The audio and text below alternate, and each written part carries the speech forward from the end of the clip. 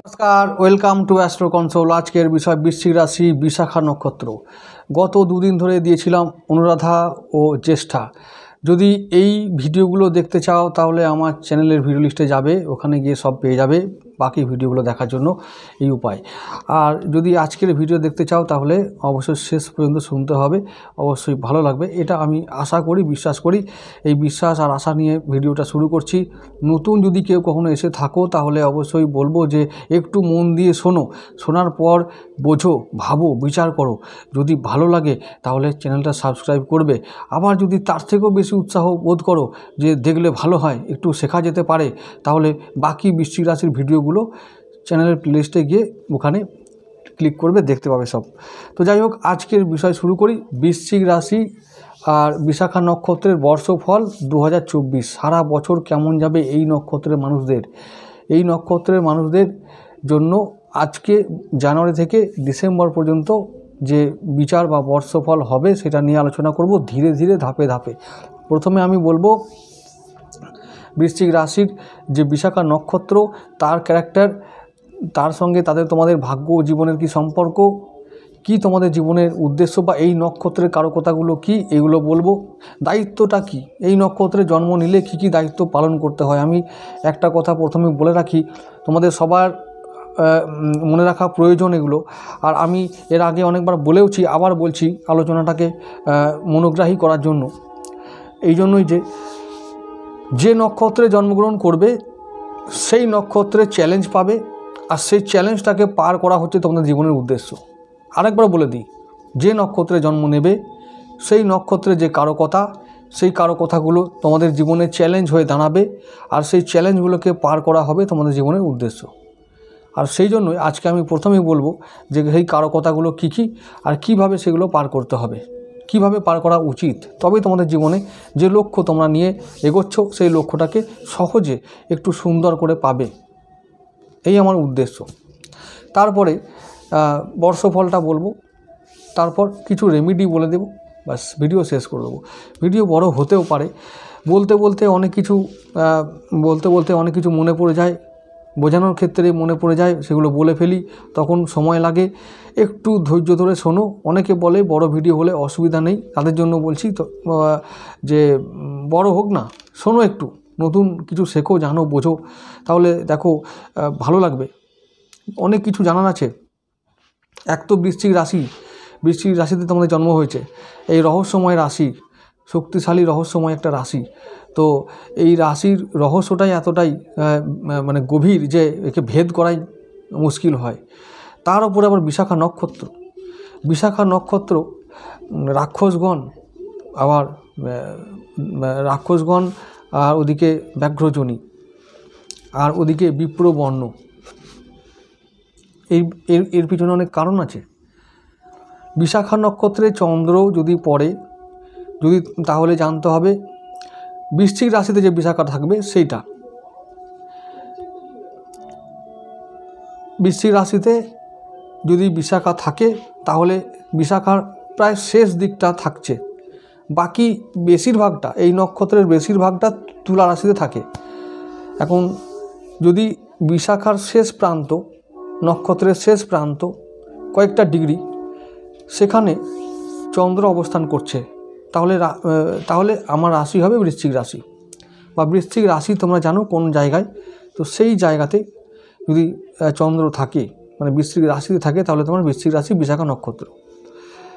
এবার জানবে বিশাখা নক্ষত্র মানেই হচ্ছে, যদি আমার জন্ম হয় বিশাখা নক্ষত্রে, তাহলে জানবে অধিপতি দেব হলো গুরুদেব। এখন আমাদের গুরুদেব এবং বিশাখা নক্ষত্রকে নিয়ে কিছু ভাবার আছে, বলার আছে, বোঝার আছে, সেগুলো আমি বলতে চাইছি। শোনো মন দিয়ে। এই নক্ষত্র সম্বন্ধে আর একটু বলে নিই। আমি একটা কথা বললাম, কি বললাম? রাক্ষসগণ, বিপ্রবর্ণ, ব্যাঘ্রজনী, এরপরে আরেকটা কথা বলবো, অধিপতি গুরুদেব বলেছি, প্রতীক চিহ্ন আছে এর প্রতীক চিহ্ন হলো ফুলের মালা, আর এর দেবতা আছে, দেবতা নক্ষত্রের দেবতা সত্রাগ্নি লেখা আছে, কোনো বইতেই ওই ওই ওই একই লেখা থাকে। তবে একটা কথা বলি, কে সত্রাগ্নি ওসব নিয়ে মাথা ঘামিও না, মাথা খারাপ করা কিচ্ছু নাই। বৃহস্পতির যে ইষ্টদেবী মা তারা, তাকেই পুজো করবে, তাকেই ডাকবে, সমস্ত বিপদ থেকে উদ্ধার পাবে, এটা মনে রেখো। মা তারা আর তার ভৈরব ভগবান ভোলেনাথ, চন্দ্রচূড় ভৈরব, কোনো ব্যাপার না। নাম নাম না মনে থাকলে ভোলেনাথ করেই ডাকবে, শিব বাবা বলেই ডাকবে, অসুবিধা নেই। তো এই যে ডাকা, এই ডাকাটা সবসময় মুখেই ডাকলে হবে না, মনেও ডাকতে হবে, যেভাবে পারো ডাকবে, বিপদ থেকে উদ্ধারের জন্য ডাকতে হবে। এবার আমি আসছি এর যে কারকতা সেই সম্বন্ধে বলতে। নক্ষত্রের কারকতা, বিশাখা মানে হলো, আমি আগেই বলেছি বিশাখা নক্ষত্রের ভিডিওতে, বৃশ্চিক রাশির যে ব্যাকগ্রাউন্ড আছে সেই ব্যাকগ্রাউন্ড কি সেটা বোঝাতে গিয়ে আমি বলেছিলাম, বিস্তারিত বলেছিলাম। তোমরা যদি আবার বলছি, যদি কখনো মনে হয় যে শোনার আগ্রহ আছে বা তৈরি হচ্ছে, তাহলে আমার চ্যানেলের যে ভিডিও আছে সেই ভিডিওর যে প্লেলিস্ট আছে সেখানে যাও, ওখানে গিয়ে দেখতে পাবে বৃশ্চিক রাশির সব ভিডিও। তো সেখানে সমস্ত কিছু সেই ভিডিওগুলোতে ক্লিক করলে জানতে পারবে আমি কি বলেছি, এর ব্যাকগ্রাউন্ড কি সব এখানে বলা আছে, জানতে পারবে, জানাটা উচিত। বিশাখা যখন তুলায় থাকে তো তখন নক্ষত্রের কিছু এসে যায় না, নক্ষত্র নক্ষত্রের কাজ করবে, ও কখনো উচ্চস্থ হয় না, নিচস্থ হয় না। নিচস্থ কখন হয়? গ্রহগুলো হয়। চন্দ্র যদি ওখানে থাকে, তুলায় থাকে পীড়িত, বৃশ্চিকে বিশাখা হলে নিচস্থ, মানে ওইখানে চন্দ্র, ওই নক্ষত্রে চন্দ্রের বিশেষ কিছু করার থাকে না, কোনো ভূমিকা থাকে না। এইবার যদি চন্দ্র, বৃশ্চিক রাশি হিসাবে চন্দ্রের যখন কোনো ভূমিকা না থাকে, চন্দ্র হচ্ছে সমস্ত সুখের কারণ। এখন সুখের কারণ এমন একটি গ্রহ যদি ফল দিতে না পারে, তাহলে জীবন থেকে অর্ধেক সুখ চলে গেল, এইটা ধরে নাও, এটা একটা কথা। আবার ধরো এই যে নক্ষত্র বিশাখা, এই নক্ষত্রের একটা ভূমিকা আছে, এটা হলো বিশেষ শাখা, মানে বিশাখা মানে বিশেষ শাখা। শাখা কখন তৈরি হয়, এর উদ্দেশ্যটা কি, এর মানেটা কি, শাখা কেন হলো? শাখা মানে জানবে কোনো কিছু থেকে তৈরি হচ্ছে, কোনো কিছু থেকে উৎপত্তি হচ্ছে, উৎপত্তি হয়ে দুভাগ হয়ে গেছে বা ভাগ হয়েছে, শাখা তবেই হয়। এই রকমই একটি নক্ষত্র হলো বিশাখা। তো এই বিশাখা নক্ষত্র যখন চন্দ্রকে স্থান দেয়, এই নক্ষত্রটা এতটাই পাওয়ারফুল যে চন্দ্রের মতন, যে চন্দ্র মহাকাশে উঠলে সমস্ত তারা অদৃশ্য হয়ে যায়, চন্দ্রের এত ক্ষমতা। কিন্তু এই একমাত্র বিশাখায় আছে যেখানে চন্দ্র বলহীন হয়ে পড়ে, যেখানে গেলে চন্দ্রের 27টা পত্নী এবং সব পত্নী কিন্তু নক্ষত্র। এখন সবথেকে প্রিয় হচ্ছে রোহিণী, রোহিণী প্রিয়, কিন্তু বিশাখা হলো এমন একজন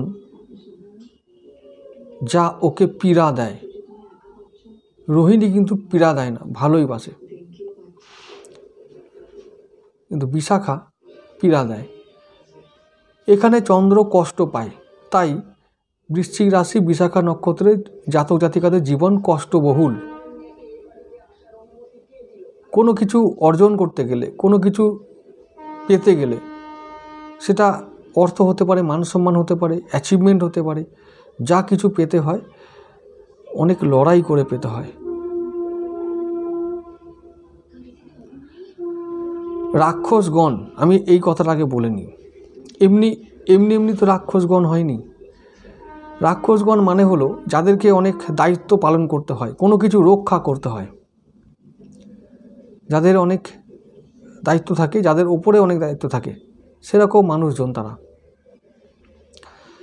গুরুদেব এই নক্ষত্রের অধিপতি। আমি আরেকবার বলে দিই এই নক্ষত্রের কিছু কারকতা, সেগুলো বলার পরে আমি গুরুদেবের কথায় আসব।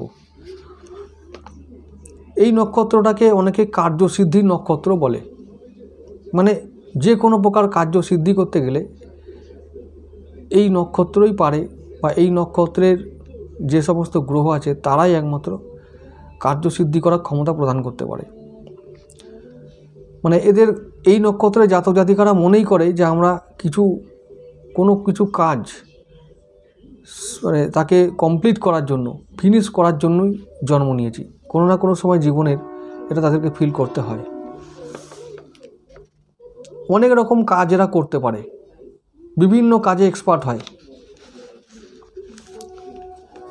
যখন এরা টার্গেট করে বা ইচ্ছা প্রকাশ করে যে এই কাজটা, কোনো একটা বিশেষ কাজ আমরা সিদ্ধ করবই, বা মানে কাজটা আমরা করব, সম্পাদন করবই, তখন তারা সেই কাজে নেমে পড়ে এবং ওই কাজটাকে করার জন্য তারা পাগল হয়ে যায় এবং যে কোনোভাবে তারা সেই কাজটা কমপ্লিট করে। একটু বেপরোয়া টাইপের, একটু ক্রুয়েল নির্মম টাইপের, একটু ক্ষিপ্র, একটু চঞ্চল, একটু নয় বেশ ভালো রকমের চঞ্চল, কারণ চন্দ্র ওখানে এতটাই ইনঅ্যাক্টিভ এবং নেগেটিভ যে দুষ্পরিণাম বা দুষ্প্রভাব দেয়। আর চন্দ্র অস্থির বা পীড়িত বা নিচস্থ হলে মানুষ মাঝে মাঝে মানসিক ভারসাম্য হারিয়ে ফেলে, যাকে বলে ইংলিশে একটা কথা আছে লুনাটিক, এই ব্যাপারটা হয়ে যায় অনেকটা। কাউকে কেউ বাতিগ্রস্ত বলে, কেউ ম্যানিয়া বলে, এই সমস্ত কিছু হয়ে যায়। তো চন্দ্র পীড়িত থাকার কারণেই এটা হয়। আর একটা কথা বলি, এই মানুষগুলো, এই বিশাখা নক্ষত্রের জাতক জাতিকারা সব কিছুতেই এক্সপার্ট হওয়ার চেষ্টা করে, সব কিছুতেই ডমিনেট করার চেষ্টা করে, সব কিছুতেই সব কাজে নাক গলাবে, সব কাজে ছড়িয়ে পড়বে, নিজেদেরকে ব্যস্ত রাখবে, নিজেদেরকে ইনভলভ করবে, এরকম একটা ইচ্ছা প্রকাশ করে। তারপর দেখা যায় কোনো কিছুতেই তারা কোনো কাজই হাসিল করতে পারলো না। ওই jack of all trades master of none এরকম হয়ে যায়। সব কাজে হাত দেবে কিন্তু কোনো কাজ ফিনিশ করতে পারবে না, এবং তার জন্য মানসিক যন্ত্রণা পাবে, ব্যাস যন্ত্রণা পাবে আর ডিপ্রেসড হবে, মনে মনে যন্ত্রণা পুষে রাখবে। এর ফলে একবারে যাকে বলে সেই মন মরা হয়ে থাকা, সেরকমভাবে থাকবে তারা। তার জন্য নিজেকে গুটিয়ে নেয়, সমাজে সবার সঙ্গে ভালোভাবে মিশতে পারে না, প্রকাশ করতে পারে না, নিজেকে মেলে ধরতে পারে না, এই সমস্যাগুলো তাদের থাকে।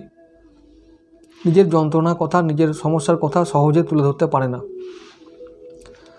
আর সবাই এদেরকে, ওই যে বললাম, যেহেতু এদের দায়িত্ব পড়ে মানে এদের সংসারে এমন দায়িত্ব পড়ে যে সবার দায়িত্ব এরাই নেবে, এই গুরু দায়িত্ব এরাই নেয়। তো ওই জন্য মনে করে এই লোকটাই পারবে সব দায়িত্ব নিতে, ব্যাস ওকেই দায়িত্ব দেওয়া হয়। তারপর সবটা ওই নেয়, কমপ্লিট করে। তারপরে কি হয়, মনে হয় যে আমার জন্য কিছু থাকলো না, সবাই তো নিয়ে নিল, চলে গেল, সবারটা বুঝে নিল, আমি তো কিছু পেলাম না। মাঝে মাঝে এরকমও হতে দেখা যায়। এই নক্ষত্রে যদি রাহু থাকে তাহলে না, রাহু প্রবল হয়, নেগেটিভ এনার্জি তার মধ্যে বৃদ্ধি পায়, তার স্বভাবে চরিত্রে রাহু খুব প্রবল হয়ে দেখা দেয় এই নক্ষত্রে। আরেকটা কথা বলি, প্রতীক চিহ্ন হচ্ছে ফুলের মালা। ফুলের মালা কেন প্রতীক চিহ্ন হলো? এই নক্ষত্রের ওই যে বললাম কার্যসিদ্ধি করা এদের একটা টার্গেট থাকে। যে কোনো কাজ যদি পছন্দ মতো কাজগুলো এরা করতে চায় বা প্রয়োজন আছে বা ফিনিশ করতে হবে এরকম মনে করে, তাহলে তারা সেই কাজটা কমপ্লিট করার পরই কিন্তু আবার তারা লোকের কাছে প্রশংসা পায়, সম্মান পায় তখন। আর এদের টার্গেট থাকে ওটাই, যে পাবো, সম্মান করবে লোকে আমাদেরকে, মানে মান সম্মানের জন্য এরা একটু আগ্রহ থাকে, এদের লালায়িত থাকে।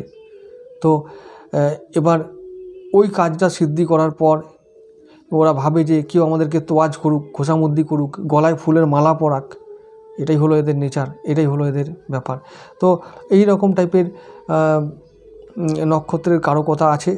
এই সব কারকতাগুলো ফুটে ওঠে কম বেশি সবার মধ্যে, যে সমানভাবে ফুটে উঠবে তেমন নয়। কারণ এই যে বললাম, জন্মছকে গুরুদেবের অবস্থা কেমন তার উপর ডিপেন্ড করবে বাকি ফলগুলো যেগুলো বললাম সব কিছু ফলবে কি না। তবে হ্যাঁ, ম্যাক্সিমাম ক্ষেত্রে যদি দেখা যায় যে যেগুলো বললাম সেগুলো ফুটে ওঠে।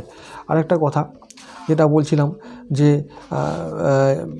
বিপ্রবর্ণ কেন হলো? বিপ্রবর্ণ এই জন্যই হলো যে এই যে ব্রাহ্মণ টাইপের, মানে দেখেই মনে হবে গুরু বা ব্রাহ্মণ, অনেক জ্ঞান আছে দেখে মনে হবে, এবং সত্যি তারা প্রকৃত অর্থে এরা খুব জ্ঞানী হয়, এরা খুব পণ্ডিত হয়, অনেক সমঝদার লোক হয়। কিন্তু তবুও যেহেতু সাদাসিধে, যেহেতু বিশ্বাসী লোক, সৎ মানুষ, তা লোকে ব্যবহার করে, ঠকায়, এই রকম ব্যাপার। তো বিপ্রবর্ণ মানে বিদ্যা অর্জন করা, বিদ্যা দান করা, জ্ঞান অর্জন করা, জ্ঞান দান করা এদের জীবনের লক্ষ্য। এইরকমই তারা আচরণ করে, তাদের লাইফস্টাইল চলা বলা এইরকমই, দেখে মনে হবে ভীষণ পণ্ডিত মানুষ। তো এই আর ব্যাঘ্র যোনি, এই যে কেন বললাম যোনিটা ব্যাঘ্র কেন হলো, অ্যাকচুয়ালি যোনি এখানে বিচার করার কোনো দরকারই নেই, তবুও আমি বলে রাখছি। আমি এটা যেটা বুঝলে তোমরা, যেটা বললে তোমরা বুঝবে, সেটা হলো যে অ্যাকচুয়ালি এদের মানে ইচ্ছা, যে যখন এরা কোনো কামনা করে, যে কোনো বিষয়ে যখন এরা কামনা করে না, তখন এদের মধ্যে এমন একটা পাশবিক ভঙ্গি ফুটে ওঠে, সেটা সঙ্গে বাঘের তুলনা করা যায়। এই জন্য ব্যাঘ্রজনী হিসাবে এই নক্ষত্রকে দেওয়া হয়েছে, নাম দেওয়া হয়েছে। মানে ক্ষিপ্ত হয়ে যাবে, ক্ষিপ্র হয়ে যাবে, যে একটু আগে বললাম যে ক্ষিপ্রতা এদের মধ্যে একটু আছে, তো এরকমই ক্ষিপ্র হয়ে ওঠে, তাই এদেরকে এদের জনিটাকে ব্যাঘ্রজনী হিসাবে তুলনা করা হয়েছে। আর এরপরে বলবো গুরুদেবের কথা। গুরুদেব এই নক্ষত্রের অধিপতি। গুরুদেব তোমাদের বৃশ্চিক রাশির ধনপতি আর পঞ্চমপতি, মানে আমাদের সঞ্চিত সম্পত্তি বা সঞ্চিত ধন, এটা গুরুদেবের হাতে।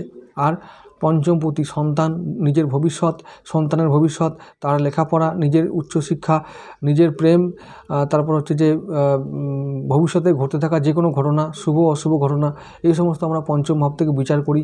এবং সেটা হলো এমনকি পঞ্চম ভাবটা নিজের প্রতিভা, তারপর হচ্ছে স্ট্রাগল, এই সমস্ত বিষয়গুলোকে মিন করে বা ইন্ডিকেট করে।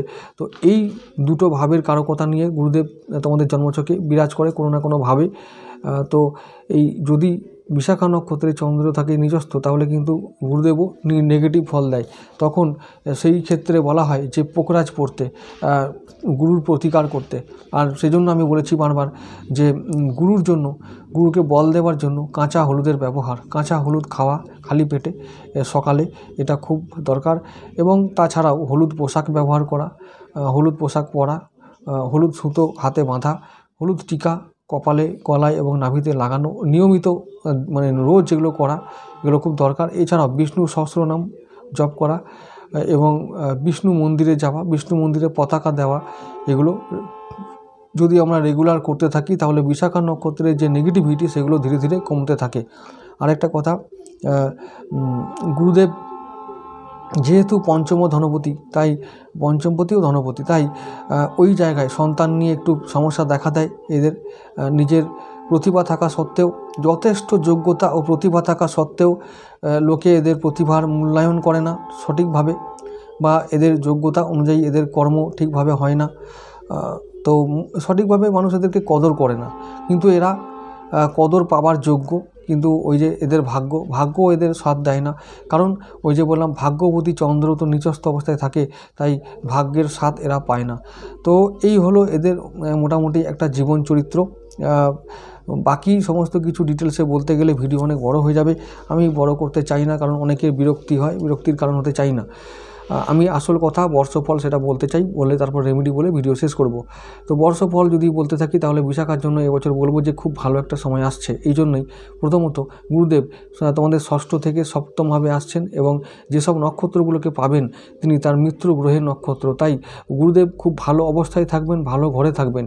আর সপ্তম ভাব মানে যদিও শত্রু ঘর কিন্তু তবুও কেন্দ্রস্থান, তাই গুরুদেব ওখানে বলবান হয়ে থাকবেন। কৃত্তিকা, রোহিণী, মৃগশিরা এই তিনটে নক্ষত্র চন্দ্র, রবি ও মঙ্গলের নক্ষত্র থাকার জন্য গুরুদেব ওখানে আনন্দে থাকবেন এবং কেন্দ্রস্থানে থাকবেন, তো বলবান হয়ে থাকবেন। তাই এবং তোমাদের রাশির উপরে সপ্তম দৃষ্টি দেবেন, শুভ দৃষ্টি দেবেন, তাই তোমাদের রাশির জন্য খুব ভালো ফল আসবে, ভালো ফল আনবেন গুরুদেব স্বয়ং। তো এই সমস্ত দিক থেকে যেগুলো আমি কথা বললাম, দ্বিতীয় ও পঞ্চম দিক যেমন সন্তানের লেখাপড়া বা সন্তানের শরীর স্বাস্থ্য, তারপর হচ্ছে যে ব্যবসা বাণিজ্য, তারপর হচ্ছে যে পড়াশোনা, উচ্চশিক্ষা, বিদেশ ভ্রমণ, নিজের ভবিষ্যৎ, নিজের স্ট্রাগল, এই সমস্ত ক্ষেত্রে শুভ ফল আসবে। বৃশ্চিক রাশির জন্য তোমরা মনে রেখো যে শশ মহারাজযোগ তৈরি হচ্ছে, শশ মহারাজযোগ তৈরি হবে এপ্রিলের পর থেকে। তো যখন গুরুদেব কেন্দ্রস্থানে যাবেন তখন থেকে শশ মহারাজযোগ তৈরি হবে। ধীরে ধীরে এই সম্ভাবনা এখন থেকে বাড়তে শুরু করবে। তোমরা বুঝতে পারবে যে অন্তত যত জানুয়ারির তোমরা পার করবে, জানুয়ারির দিনগুলোর পর থেকে তোমাদের এই আভাস আসবে, আভাস তোমরা বুঝতে পারবে যে ভালো দিন আসছে, নো ডাউট, কোনো সন্দেহ নেই, তোমরা ফিল করবেই। আরেকটা কথা আমি বলবো যে এইখানে বিশাখা নক্ষত্রের মানুষদেরকে বলবো যে তোমাদের একটু দরকার মানে একটু অ্যাটেনশন, মানে ধ্যান প্রাণায়াম করার জন্য চন্দ্রকে এবং একাধারে মানে চন্দ্র ও বৃহস্পতি দুজনকেই একসাথে একাধারে একটু বলবান করার দিকে লক্ষ্য রেখো। তাই মুক্ত ধারণ করবে। যদি বৃশ্চিক রাশির বৃশ্চিক লগ্ন হয় তাহলে তো কোনো কথাই নেই, পোখরাজ মুক্ত হলো সঠিক রত্ন। আর যদি বৃশ্চিক রাশি অন্যান্য লগ্ন হয় তাহলে কিন্তু পোখরাজ আর চুনিটা বা মুক্তটা তোমরা এক্সপার্টের পরামর্শ নিয়েই তোমরা পড়বে, কারণ লগ্নটা ইম্পর্টেন্ট, লগ্ন ধরে প্রতিকার করতে হয়। লগ্ন যদি অন্য কিছু হয় তাহলে কিন্তু আমরা স্টোনগুলো বদলাতে বলি। আর একটা কথা হলো এই বছরটা যে বড় গ্রহগুলো কথা আমি আগে বলি, তারপরে ছোট গ্রহগুলোর কথা বলবো এবং ভাব ধরে বিচার করব, প্রত্যেকটি ভাবের বিচার করব। প্রথম হচ্ছে যে গুরুদেবের কথা বললাম, সপ্তম দৃষ্টি শুভ দৃষ্টি পড়বে রাশির ওপরে, মিত্র রাশিতে থেকে মিত্র নক্ষত্রের থেকে মিত্র রাশির দিকে সপ্তম দৃষ্টি শুভ দৃষ্টি দেওয়ার ফলে তোমাদের এই বছর অনেক বিপদ থেকে তোমরা রেহাই পাবে, অনেক সমস্যা থেকে তোমরা মুক্ত হবে। তাই চিন্তা করার কিছু নেই, এই বছরটা আমি বলছি তোমাদের জন্য খুব শুভ একটা বছর আসছে, তাই তোমরা ঘাবড়াবে না, এগিয়ে চলো। সমস্ত কাজ যেগুলো এতদিন ফিনিশ করার কথা ভাবছিলে এবার সেগুলোকে ফিনিশ করো। ব্যবসা বাণিজ্যের দিক থেকে তোমাদের খুব মঙ্গল হবে। আর উচ্চশিক্ষার জন্য যারা বিদেশ যেতে চাও এই মুহূর্তে তারা যেতে পারো, বিদেশে গিয়ে ইনকাম হবে। এছাড়া উচ্চশিক্ষা ভালো হবে, যদি তোমরা দেশের মধ্যে যদি তোমরা উচ্চশিক্ষা লাভ করতে চাও ভালো হবে। কেরিয়ার তোমাদের দশমপতি রবিদেব যখন রাহুর সঙ্গে থাকবেন তখন ছাড়া, সেই একটা মাস ছাড়া বাকি সমস্ত দিক থেকে রবিদেব এবার ভালো ফল দেবেন। এই জন্যই যে বেশিরভাগ সময়, বছরের বেশিরভাগ সময় রবি নক্ষত্রে গুরুদেব থাকবেন, তাই অলরেডি রবিদেব ভালো ফল পেয়ে যাবেন এবং বল পাবেন। তো রবিদেব ভালো ফল দেবেন। দশমপতির জায়গায় যে সমস্যা এতদিন চলছিল, অর্থাৎ কর্মস্থানে যে সমস্যাগুলো এতদিন চলছিল সেগুলো থেকে এবার মুক্তি পাবে, কর্মহানি আর ঘটবে না নতুন করে। আগের বছরে গুরুচণ্ডাল যোগের জন্য এই সমস্ত কর্মের জগতে ডিস্টার্ব আসছিল, এগুলো এবার কমে যাবে, মানে বন্ধই হয়ে যাবে। তো গুরু ও বৃহস্পতি এবং মঙ্গলদেব এরা তিনজন তো তোমাদের পাশে ছিলই, এরপরে এই বছরে তোমরা শনি ও রাহুকেও পাশে পাবে। তো তাই এটা একটা অভাবনীয় ঘটনা যে শনি ও রাহুকেও তোমরা পাশে পাবে। তো এই জন্যই বলেছি যে ব্যতিক্রমী একটা বছর 2024, তাই সব দিক থেকে তোমাদের এটা ভালো হবে, এটাই আমাদের বিচার। এখন অনেকে বলতে শুরু করেছো আমার কমেন্টে, ভিডিওতে বা নানান জায়গায় যে আরে ভালো আর কবে হবে, শুধু তো শুনছি, কি করব, খালি শুনেই মরছি, ভালো হচ্ছে না। আরে ভালো হবে কি করে, ভালো হতে গেলে তো ভালো কাজ করতে হবে, সেগুলো তো বলতে হয়। তো যাই হোক, সেসব বলবো না, আর তোমাদের কাজ তোমরা করো। ওই ভালো হবে না বলেই তোমরা মরো, ওই চলবে, কিছু বলার নেই। আচ্ছা, দিন আসছে ভালো, সুযোগ আসছে ভালো, যদি তুমি কাজে না লাগাও ভালো তোমার কেউ করতে পারবে না, পরিষ্কার কথা। এবারে ওই তো বললাম, শহরে আসছেন প্রধানমন্ত্রী, তো আমি যদি প্রধানমন্ত্রীর কাছে গিয়ে রাস্তায় দাঁড়িয়ে থাকি, তাকে দর্শন পাবো, তার আনুকূল্য পেতে পারি, কিন্তু ঘরে শুয়ে থাকলে তার আনুকূল্য পাবো না, দর্শনও পাবো না। এই হচ্ছে ব্যাপার, এটা মাথায় নেই। অর্থাৎ গোচর ফলটা ঠিক এরকম, গোচরে ভালো ফল আসছে, সুযোগ আসছে, সুবিধা আসছে, সেটাকে কাজে লাগাবার জন্য তোমাকে সমানভাবে অ্যাক্টিভ হয়ে থাকতে হবে, সেটা মনে রেখো। এবার বলছি যে বাকি গুরুদেব তোমাদের আয়ভাবে দৃষ্টি রাখবেন। তো বিশাখা নক্ষত্রের জাতক জাতিকাদের বলছি যে আয়ভাবে গুরুদেবের দৃষ্টি মানে হলো তোমাদের নক্ষত্রের অধিপতির দৃষ্টি, মানে হলো তোমাদের নক্ষত্রের জন্য আয় ইনকাম দারুণভাবে হবে। ওখানে কেতু অলরেডি আছে, তাই একাদশে কেতু খুব ভালো একটা পজিশন, ভালো জায়গা, শুভ গোচর, এখানে ভালো ফল আশা করা যায়, খুব ভালো ফল আশা করবে। আর এইবার আসছি রাহুর কথায়, যেটাকে নিয়ে সবথেকে চিন্তায় পড়া যায়। রাহু মীন রাশিতে গুরুদেবের ঘরে থেকে কন্ট্রোলে থাকবে, তোমাদের সাপোর্টে থাকবে, তাই রাহু তোমাদের এবারে ক্ষতি করবে না, সাপোর্ট নাও করলেও ক্ষতি করবে না, ক্ষতি করার সাহসটুকু পাবে না। তাই তোমাদের আমি বলবো যে রাহুও মানে নিয়ন্ত্রণে থাকবে, রাহু কোনো বিশেষ খারাপ নজর দিতে পারবে না। এছাড়াও গুরুদেবের নজর তাহলে কোথায় রইল? প্রথম হচ্ছে পঞ্চম ভাব, কোথায়? পঞ্চম দৃষ্টি আয়ভাবে, সপ্তম দৃষ্টি রাশিতে, নবম দৃষ্টি কোথায় থাকবে? কর্মভাবে। তাহলে সপ্তম দৃষ্টি যদি লগ্নে থাকে বা রাশিতে থাকে, তাহলে নবমভাবে অর্থাৎ কর্মভাবে, কর্মভাব কোনটা? কালপুরুষের কর্মভাব। তাহলে মেষ থেকে যদি আমি গুনি তাহলে মকর পর্যন্ত হয় 10 নম্বর, ওটা কালপুরুষের কর্মভাব, মানে ওভারঅল কর্মের জায়গা। তাহলে কর্মের জায়গা যদি গুরুদেবের দৃষ্টি থাকে, তাহলে গুরুদেব বলে দিচ্ছে যাই হোক নাই হোক আমি কর্ম জগৎটা তোমাদের এবার দেখব আর তোমাদের ভালো করবই। তো এবার তোমাদের জন্মছকে যদি কর্মভাব ভালো থাকে, তাহলে কর্মভাবে নিশ্চয়ই শুভ ফল পাবে, এটা কেউ রুখতে পারবে না। এটাই বলছি, বুঝতে হবে আমি যে বলতে চাইছি যেটা, সেটা বুঝতে হবে যে কর্মজগতের সমস্ত বাধা কাটবে গুরুদেবের দয়ায়, এটা মনে রেখো।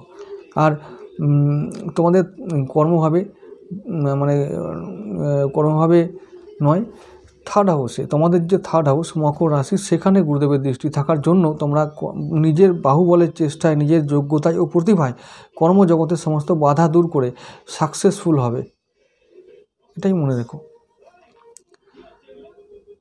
আর এবার আসছি শনিদেবের কথায়। শনিদেব তার তৃতীয় দৃষ্টি যা এখনও পর্যন্ত মেষ রাশিতে রেখেছেন, সবথেকে নীচ ও পাপ দৃষ্টি, সেটা গুরুদেবের ওপর এখন রেখেছেন। কয়েক মাস পরে গুরুদেব যখন আবার বৃষ রাশিতে চলে যাবেন, তখন গুরুদেব রেহাই পাবেন শনির নিচ দৃষ্টি থেকে। যদিও শনির নিচ দৃষ্টি এটা গুরুদেবের কাছে কোনো ম্যাটারই নয়, তাই মানে ওটা নিয়ে কোনো বিশেষ ক্ষতি হওয়ার নয়, বরং এখন তোমাদের যেহেতু ষষ্ঠভাবে গুরুদেব আছেন, তাই তোমাদের এখন ভালো হওয়ারই কথা। কি ভালো হবে? ওই যে রোগ, ঋণ আর শত্রু পীড়া থেকে মুক্তি পাবে। যখন সপ্তমভাবে যাবে, তখন আবার তোমাদের বিশাখা নক্ষত্রের জাতক জাতিকাদের ব্যবসা বাণিজ্য ভালো হবে, দাম্পত্য জীবন ভালো হবে, সন্তানের লেখাপড়া ভালো হবে, সন্তান ওখান থেকে মানে কিছু এমন হতে পারে যে সন্তানই ব্যবসায় লেগে পড়লো। যাদের সন্তান যোগ্য, ব্যবসায় পা দিতে চাও বা কর্ম করতে চাও, তারা ডেফিনেটলি এই বছরে সন্তানকে ব্যবসায় ইনভলভ করাতে পারো, ব্যবসায় হাত লাগাতে পারো বা হাতে করে দিতে পারো, এগুলো করতে পারো। তো এইগুলো সন্তান ভাবের প্রতি হয়ে বৃহস্পতি এখন যাচ্ছেন সপ্তমভাবে। তাই যদি সন্তান কারো যদি এরকম হয় যে লেখাপড়া শিখেছে, কমপ্লিট হয়ে গেছে, এবারে চলো ব্যবসা করো, এইটা শুভ সময় সেটা করার। তো এটা মনে রেখো। দাম্পত্য জীবনের শুভ গ্রহ বিশেষ করে বৃহস্পতি থাকলে খারাপ কিছু হয় না, মিডিয়াম কাটবে, কারণ বৃহস্পতি সপ্তমে থাকাটা সবসময় সপ্তম ভাবের জন্য বা বিবাহ লাইফের জন্য সবসময় ভালো হয় তা আমি বলবো না, এটা আমার বিচার। তাই মিডিয়াম কাটবে দাম্পত্য জীবন, তবে ব্যবসার ক্ষেত্রে শুভ। এবার বলছি আয় ইনকামের কথা বললাম, যে বিষয়গুলো না বললে বা যেগুলো হলে মানুষের ভালো হয়, আমি সেগুলো আগে বলছি, তারপরে অন্যান্য ভাব বিচার করছি। আমার ইনকাম চাই, পরিবারটাকে বাঁচাতে হবে, পরিবারটাকে চালাতে হবে, তাই আমি ইনকামের কথা আগে বলেছি, ব্যবসার কথা আগে বলেছি, দাম্পত্য জীবন পারিবারিক শান্তিটা বজায় থাকবে, তো সেই জন্য শনিদেবের কথা আগে বলেছি। শনিদেব তোমাদের পারিবারিক শান্তি ও দাম্পত্য জীবনের শান্তি, মানসিক শান্তির মধ্যে ভারসাম্য রাখবেন, তোমাদের সমর্থন করবেন, তোমাদের পাশে থাকবেন, শশ মহারাজযোগের শুভ ফল দেবেন। তাই এই সমস্ত দিক থেকে তোমাদের এবারে কোনো ভয় নেই। রাহুদেবও তোমাদের সাপোর্টে থাকবেন।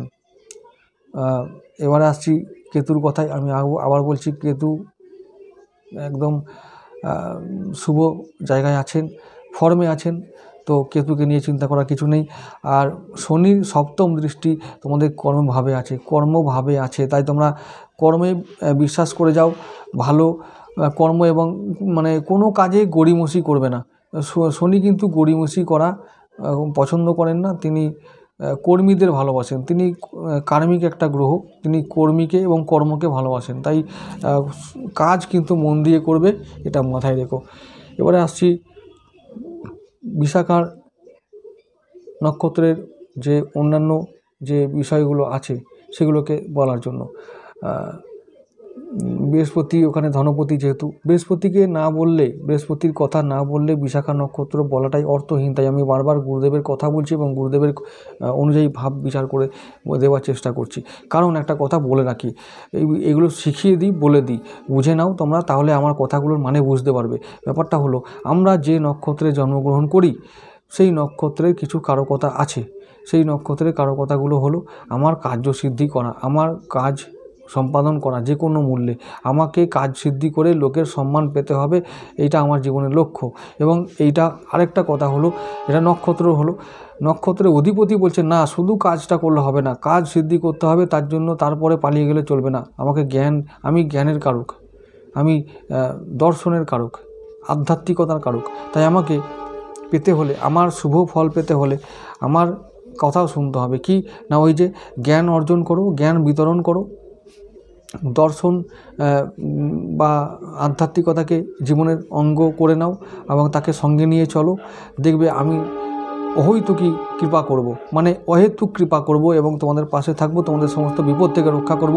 এই প্রণ তোমাদের গুরুদেব তোমরা না চাইলেও করে দেন। এটা হচ্ছে গুরুর কৃপা।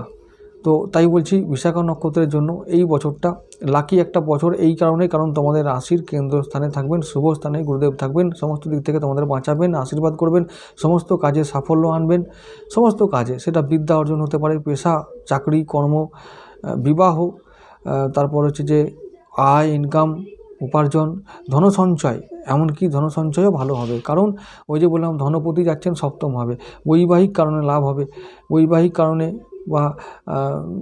বা শ্বশুর বাড়ি থেকে কোনো বিশেষ লাভ হবে বা সঞ্চয় হবে, এটা মনে রেখো। এই হচ্ছে আমাদের বর্ষফল বিশাখা নক্ষত্রের জন্য। এরপরে আমি বলবো যে ভাবগুলো রয়ে গেল, যেমন ভাগ্যভাব, বিশাখা নক্ষত্রের ভাগ্যভাবের কথা বললাম, চন্দ্র, তাই ভাগ্য সবসময় শুয়ে থাকে, তাদেরকে সবসময় যদি তোমাদের ফেভারে আনতে চাও তো পরিশ্রম অতিরিক্ত করতে হয়, এবং পরিশ্রম করতে হোক, কিন্তু ভাগ্যকে শুয়ে রাখা চলবে না।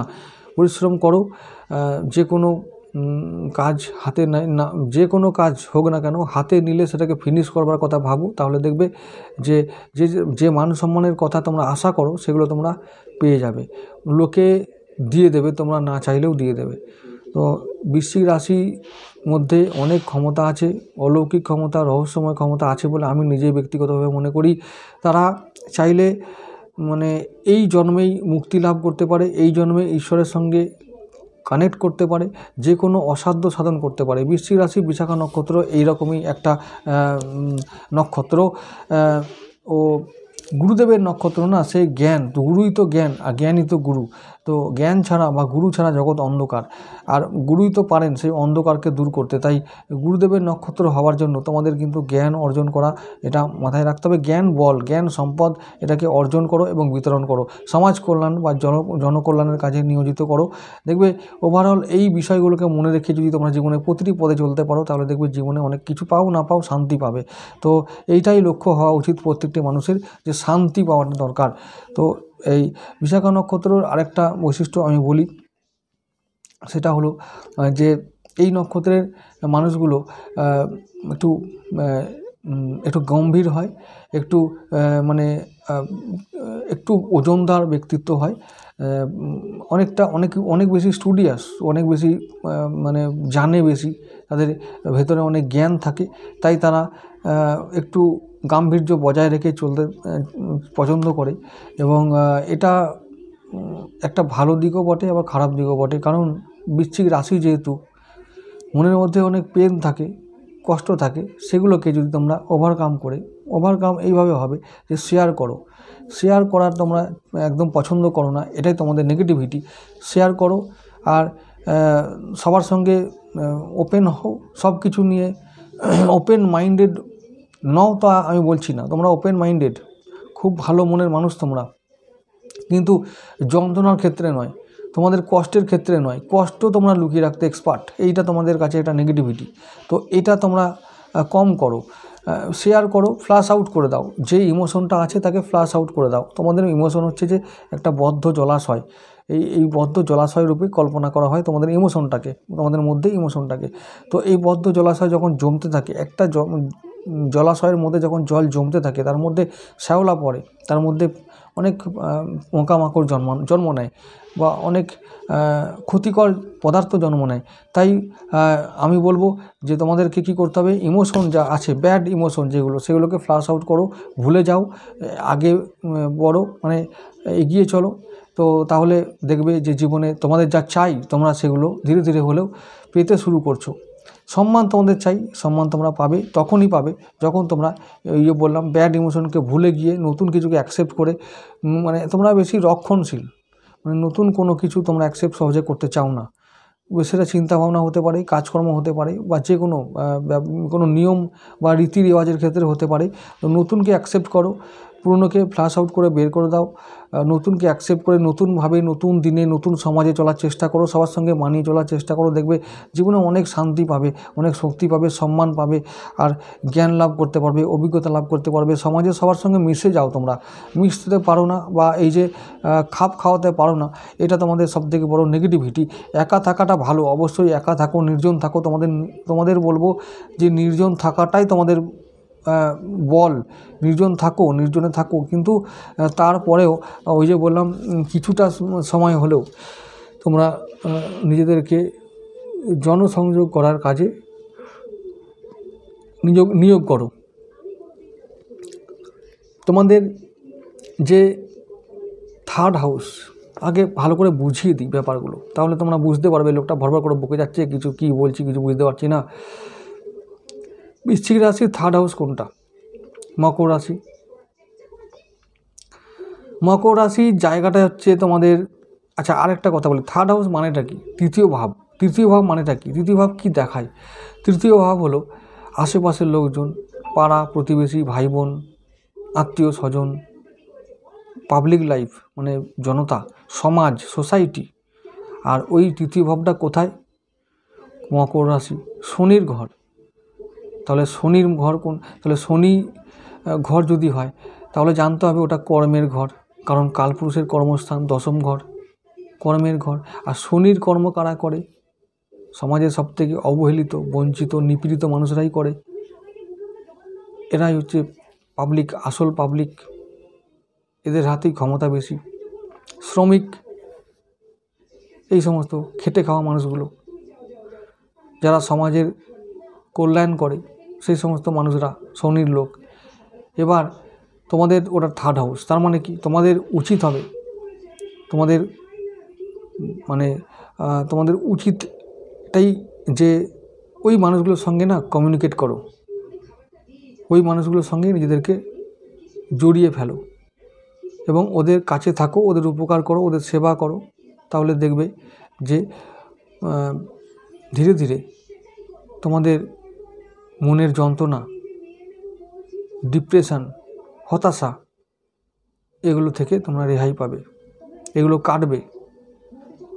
আর ওই মানুষগুলো যাদের পাশে তুমি থাকছো, তাদের হারাবার কিছু নেই, তাদের পাওয়ারও কিছু নেই, দিনটা চলে গেলেই হলো, এই রকম মানসিকতা, এরকম মানুষ তারা। সেই মানুষগুলোর পাশে থাকলে বা তাদের জন্য একটু হলেও যদি ভাবো বা ভাবলে, তাহলে দেখবে সেই মানুষগুলো আশীর্বাদ করছে, এত আশীর্বাদ করছে, এত পাশে থাকছে যে তোমাদের ডিপ্রেশন নামে কোনো এই শব্দটাই ভুলে যাবে। ওদের আশীর্বাদে অনেক কাজ হবে। এই হলো থার্ড হাউসের কাজ। গুরুদেব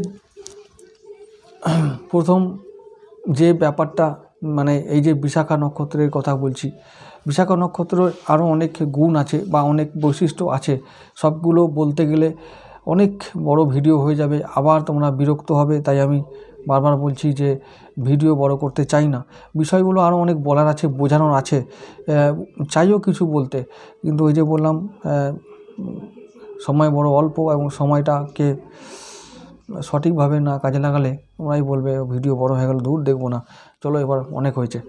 তো আমি আবার বলছি, যদি কিছু জানতে চাও, যদি কিছু ভালো লাগে, যদি কিছু শিখতে চাও, তাহলে সবটাই মন দিয়ে শুনবে, বুঝবে। ভিডিও বড় হোক তোমরা দেখো মন দিয়ে।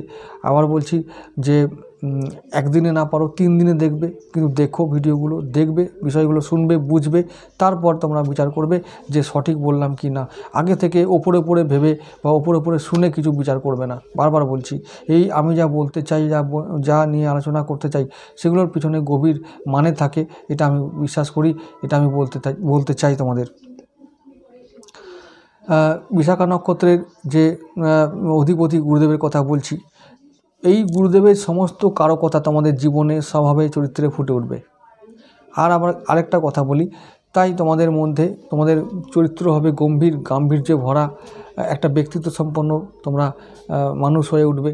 এই বৃশ্চিক রাশির জন্য যেটা হয় যে স্থির রাশির নক্ষত্র, রাশিটা স্থির, তো এখানে তোমাদের যে ইমোশন সেটাও স্থির, ওই স্থির রেখো না। ওটাই আমি বারবার বলছি, প্রথমে বলেছি যে নক্ষত্রে তোমরা জন্ম নেবে, সেই নক্ষত্রে যে কারকতা, সেই নক্ষত্রের কারকতাগুলো তোমাদের চ্যালেঞ্জ হয়ে উঠে আসবে তোমাদের সামনে।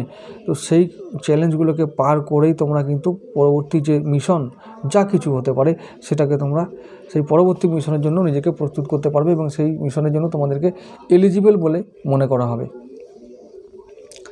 তো আবার একটা কথা বলি যে বিশাখা নক্ষত্রের যে সমস্ত অন্যান্য গুণ আছে, যেমন এই যে আমি বললাম, এই নক্ষত্রের দেবী হচ্ছেন মা তারা, ইষ্ট দেবী। মা তারা কেন? ওই যে বললাম, মা তারা হলো আমাদের গুরুদেবের ইষ্ট দেবী।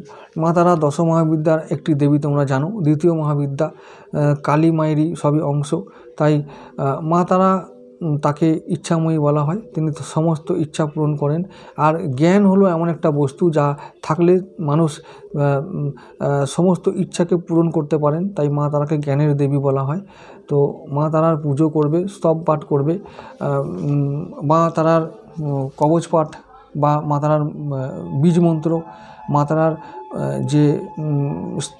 যে ভজন বা আরতি আছে ইউটিউবে, সেগুলো আছে, তোমরা সেগুলো সেখান থেকে শুনবে নিয়মিত। তাহলে তোমাদের মধ্যে যে নেগেটিভিটিটা আছে সেগুলো ধীরে ধীরে দূর হবে। এবং আরেকটা কথা বলি, আমি তোমাদের কথা প্রসঙ্গে জানিয়ে রাখি যে তোমাদেরকে বলে রাখি, সমস্ত বৃশ্চিক রাশির মানুষদের এবং সমস্ত আমার ভিডিও যারা দেখবে বা এতক্ষণ দেখছে, তাদেরকে সবাইকে বলে রাখি, সে যে কোনো রাশি লগ্নের মানুষ হোক না কেন, সমস্ত মানুষদেরকে আমি আজকে বলছি যে মা তারার মন্দিরে যখন পুজো দিতে যাবে, কি বললাম আবার একবার বলছি, মা তারার মন্দিরে যখন পুজো দিতে যাবে, সেটা তারাপীঠে হতে পারে বা যে কোনো মন্দিরে হতে পারে। তারাপীঠে গেলে মায়ের মন্দিরে যখন যাবে, ভরপেটটা খেয়ে মাকে পুজো দিতে যাবে। কি বললাম?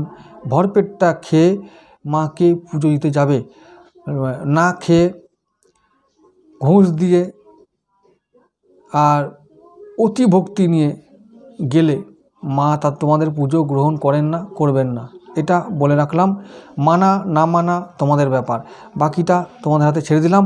আমি আবার একবার রিপিট করছি, যখনই কোনো মা তারার মন্দিরে যাবে, সমস্ত মানুষের জন্য এটা বলছি, মা তারার মন্দিরে যখন যাবে ভরপেটটা খেয়ে যাবে।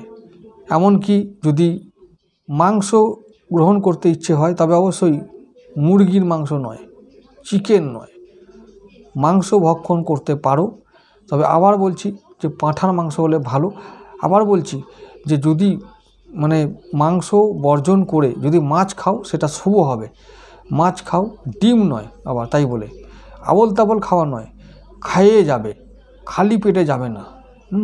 কি বললাম, খেয়ে যাবে আর সঙ্গে একটি কারণ নিয়ে যাবে, কারণের বোতল, খেয়ে একদম পেট মোটা করে দুলতে দুলতে কারণের বোতল নিয়ে পুজো দেবে এবং ওই কারণটা মায়ের চরণে ঢেলে দেবে। ঠিক আছে, এই হলো পুজোর নিয়ম। না খেয়ে পুজো দেবে না, তাহলে পুজো হবে না, গ্রহণ করবেন না। তো যাই হোক, এই কনসেপ্টটা কেন এলো বলে দিচ্ছি। মা তারা বামাখ্যাপাকে বারবার বলতেন, বামদেবকে বারবার বলতেন, বাম তুই খা, তারপরে আমি তোর পুজো গ্রহণ করব। এই হলো কনসেপ্ট, এই হলো ব্যাপার। বামা না খেলে মা কখনোই পুজো নিত না। তাই মায়ের হলো এটাই নিয়ম যে ছেলে খাবে আগে, তারপরে মা পুজো নেবে। বাকিটা তোমাদের ওপর ছেড়ে দিলাম, তোমরা বিশ্বাস করবে না করবে সবটা তোমাদের উপর ব্যাপার। আচ্ছা, এবার আর একটা কথা বলি, লাস্টে বিশাখা নক্ষত্রের জন্য বলছি। আমি প্রতিকার আগেও বলেছি যেগুলো বলার ছিল। রুদ্রাক্ষের কথা বলবো। রুদ্রাক্ষ যদি নিতে চাও তাহলে বলবো মা তারার জন্য সবসময় শক্তি কবচ বা শক্তির রুদ্রাক্ষ দরকার, সেটা হলো একমুখী রুদ্রাক্ষ।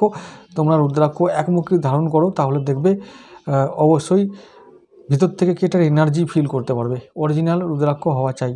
এবং ওই রুদ্রাক্ষটি যখন ধারণ করবে তখন তার আগে অবশ্যই নিজের নাম গোত্র বলে ব্রাহ্মণকে দক্ষিণা দিয়ে, মা তারার মন্দিরে হলে খুব ভালো হয়, না হলে মা কালীর মন্দিরে গিয়ে ওটাকে পুজো করিয়ে এনে তোমরা গলায় ধারণ করবে। যার যা জন্মবার সেই অনুযায়ী তোমরা ধারণ করবে। তবে বৃহস্পতিবার হলে ভালো হয়। আর যেহেতু বিশাখা নক্ষত্র তোমাদের, তাই তোমাদের বৃহস্পতিবার হলে ভালো হয়। আর একটা কথা বলি, কালার তোমরা কি ইউজ করবে। কালার সবসময় হলুদ, লাল, কমলা, গোলাপি এইরকম, এটাই তোমরা মনে রেখো। এই হলো তোমাদের কালার। অন্যান্য যে কালারগুলো যেগুলো বললাম না, সেগুলো জানবে তোমাদের অশুভ কালার, তাই তোমরা ব্যবহার করবে না। এই হলো আজকের ভিডিও, যা বলার চেষ্টা করলাম। আশা করি তোমরা বুঝতে পেরেছো। অনেক কিছু বলা হলো না, ঠিক আছে, নো প্রবলেম। বাকি সমস্ত কিছু কথা যেগুলো বলার দরকার আছে সেগুলো আমি পরবর্তী ভিডিওতে ধীরে ধীরে সব বলবো। যদি তোমরা সাহায্য করো, মানে সাপোর্ট করো, আমাকে শুনতে চাও, তাহলে অবশ্যই বলবো, আর না হলে কোনো ব্যাপার নয়, হরি বল। যাই হোক বন্ধুরা, এটুকু থাক।